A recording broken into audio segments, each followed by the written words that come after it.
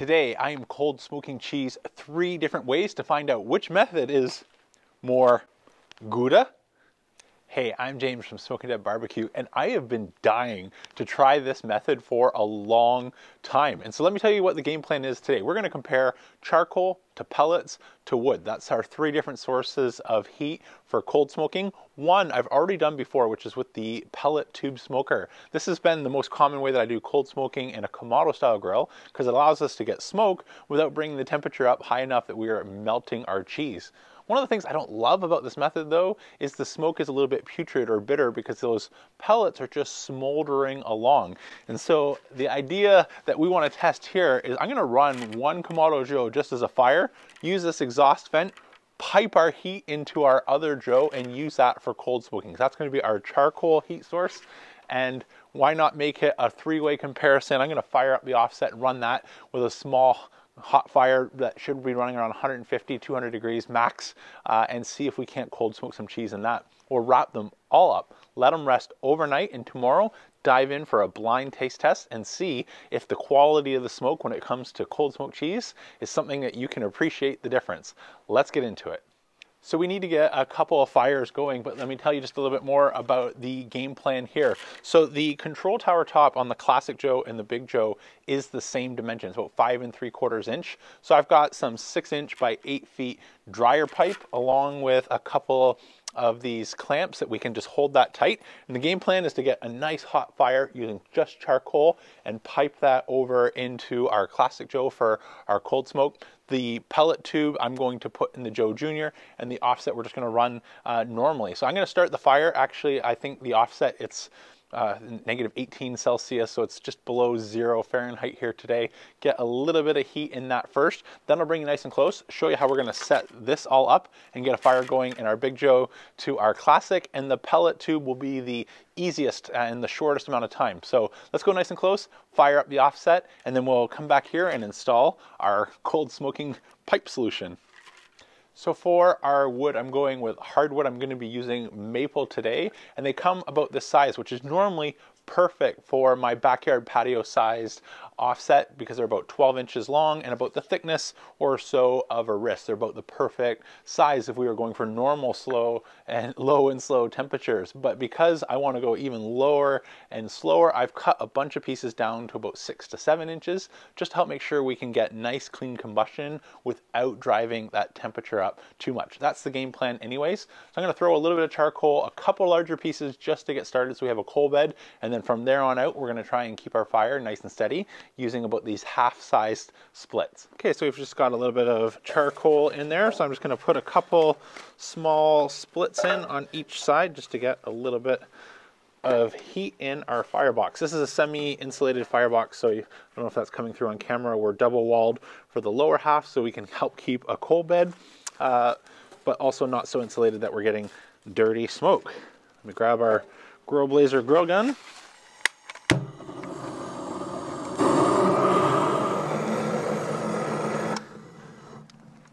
Looks good. Let's move on to setting up our Kamado Joe Classic and Big Joe. Okay, so to set up our Big Joe, I'm just going to remove the control tower top. Take our clamp here, try and slide it around the outside of our smoke pipe. Drop that right down and just tighten this up a little bit. Okay, that looks good. Let's go attach it to the Classic. Okay, same idea with the Classic. We'll just pull off our control tower top. Get another clamp, slide this on, and tighten everything into position. How awesome is that? We are all set. So let's open up our Big Joe, fire it up. I'm going to have my bottom draft door all the way open on the Classic, so we'll try and pull that smoke all the way through our Classic and out the bottom, so the opposite direction of normal. That's the game plan at least. So let's get nice and close, start our fire in our Big Joe. Okay, hopefully I can open that up. Yeah, that looks all right. Not too much trouble. Let's drop in just a little bit more charcoal. So looks good to me. Let's grab our Grill Blazer grill gun and fire it up. Looks good. Let's let those coals just continue to come up and we'll close this once it's ready. All right, we have 2 out of 3 fires going. So last but not least is the Joe Jr. So I'm just using a 6-inch pellet tube smoker. These are on Amazon for something like $9 if you don't have one. So they're just scoop this up. We're gonna fill it up with pellets, start a fire, let it burn for 5 minutes. That's really important, open flame. And after 5 minutes, we'll blow it out, and then that will continue to smolder on for about the 2, or at least the 2 hours that we need it to for our cold smoke. So I'll bring it nice and close, show you the setup in the Joe Jr. Okay, we've got our bottom vent all the way open. I don't know if you can see that, and our smokeware cap all the way open. So let's just open this up. What I'm gonna do is I'm just gonna put the heat deflector plate on the top position of the stock rack. So that's gonna block some of the heat coming directly up from our pellet smoker, drop our grid, and then we'll have a spot to put our cheese. I've removed my kick ash basket and charcoal. We don't need those. And we do need the vertical height for the pellet tube smoker to sit. If I put that in the low position, I don't know if you can see down in there, but if I put the pellet tube smoker in the low position, or the heat deflector in the low position, it'll hit the top of the pellet tube smoker. That's not an issue in the bigger Joes, but using the Junior, it's better to put that in the top position. So again, one more time with our Grill Blazer grill gun, we're gonna fire this up and let this burn for about 5 minutes once we see open flames. Whew, that'll do it. So I'm just gonna leave that like this for about 5 minutes and let that burn, and then we'll blow it out and install everything else. Okay, it's been about 5 minutes, so we can blow that out. Let that start smoking, and we'll drop in our heat deflector now. Again, on the top position. So that's got, I don't know if you can see, oh, maybe 6+ inches. So there's plenty of space for air to get in, move around. Drop in our cooking grid.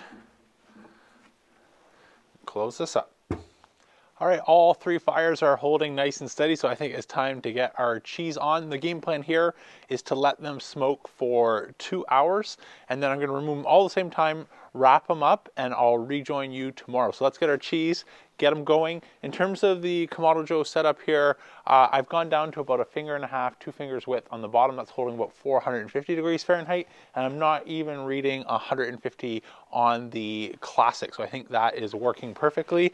And I have my Thermapen IR, hopefully, I don't know if that'll come through, seeing 64, 71 degrees on the metal here, which is quite warm to the touch. And over here, 39, 42, 45, 40.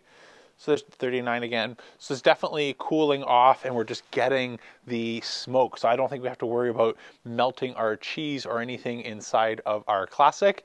And then our offset is burning nice and clean, and we are at about 150, 170 degrees, and I'm using 2 of those small splits, and I've got a couple up on that warming shelf just getting warm, so as I need to add more, they'll combust right away and we don't get any dirty smoke. So enough set up, it's time to get our cold smoke roadshow going, and I'll grab our 3 pieces here and install them into our grills. Okay, first up, let's get our Classic.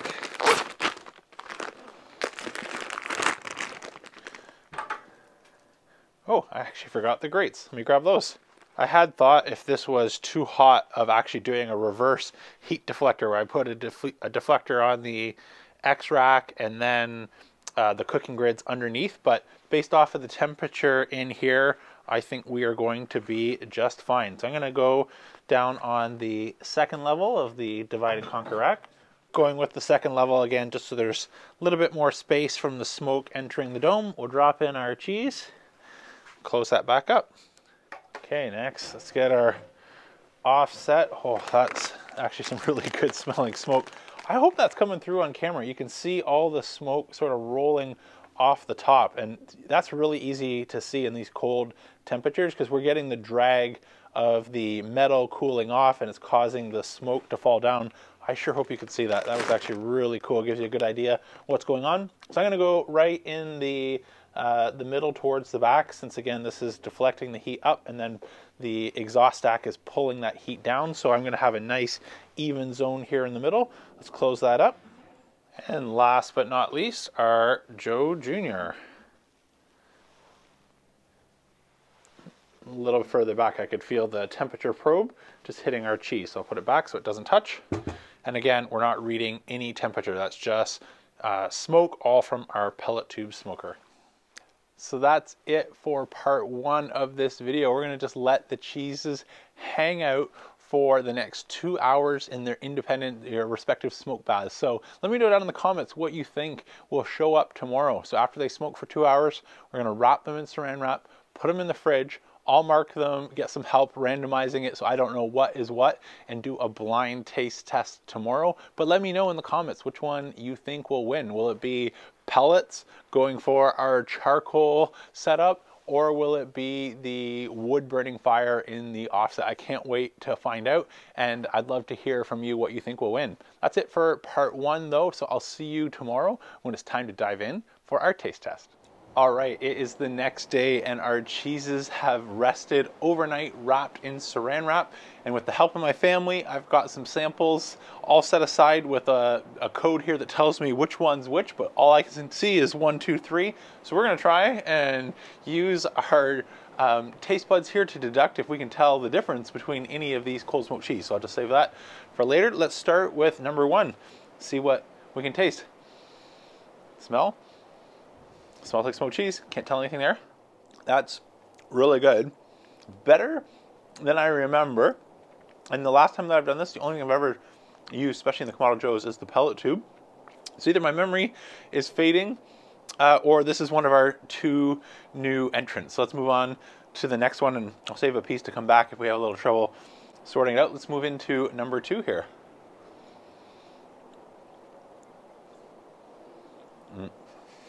I think it was the pellet tube.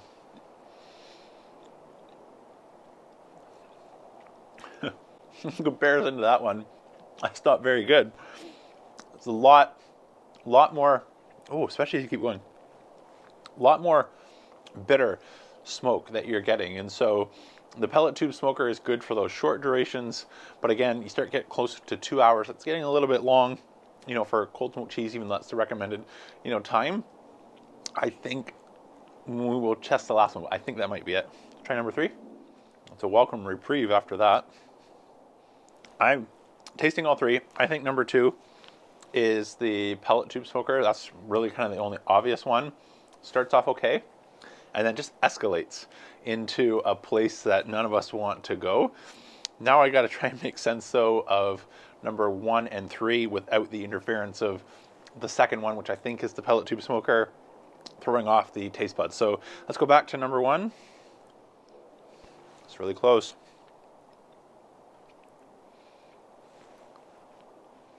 I think I like this one the most. I'm just not sure which one it is. I think number 3 is my favorite. We'll do number 1 one more time. We are splitting hairs, but I think number 1 has just a little bit of familiar charcoal taste to it. Even though we're burning like hot 450 to 500 degrees, and it's ever so slight, and I mean ever so slight. I think the charcoal taste is a little bit stronger on this one, and on number 3, I'm not getting any charcoal taste, I'm just getting smoke. And so I'm thinking number 3 is the offset, number 1 is our Kamado Joes hooked up together for cold smoking. But I'll just say, even if I'm wrong here, these are incredibly similar and we are splitting hairs. So this method has worked really well. And I think number 2 is the pellet tube smoker. Let's go ahead and find out here. What my family wrote down for me. Besides groceries. Okay, number 1. Charcoal. So I think we got that right.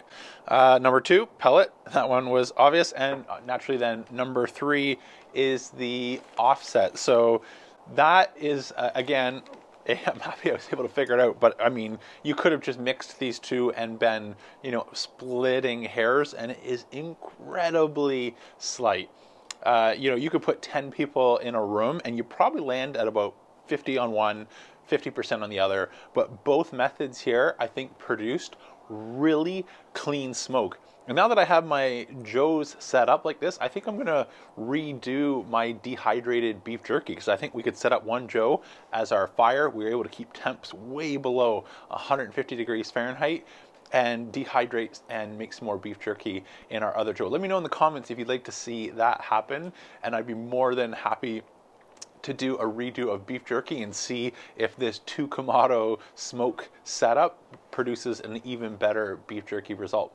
That's it for today though. I hope you really enjoyed the video. If you did, please smash that thumbs up button. It helps YouTube share it with others, as well as hitting subscribe to catch future videos. Speaking of future videos, if you haven't already seen down below, I list a whole bunch of helpful information, some playlists, some things that can save you money, but also a members only section. And so this is where I get to hang out with you guys in a live, more intimate setting monthly. So the next one of those is coming up soon, so make sure to check it out so you can join in the action for the next members only live one-on-one. That's it for today though. I'm James from Smoking Dad Barbecue signing off. And remember, don't be afraid, fire it up.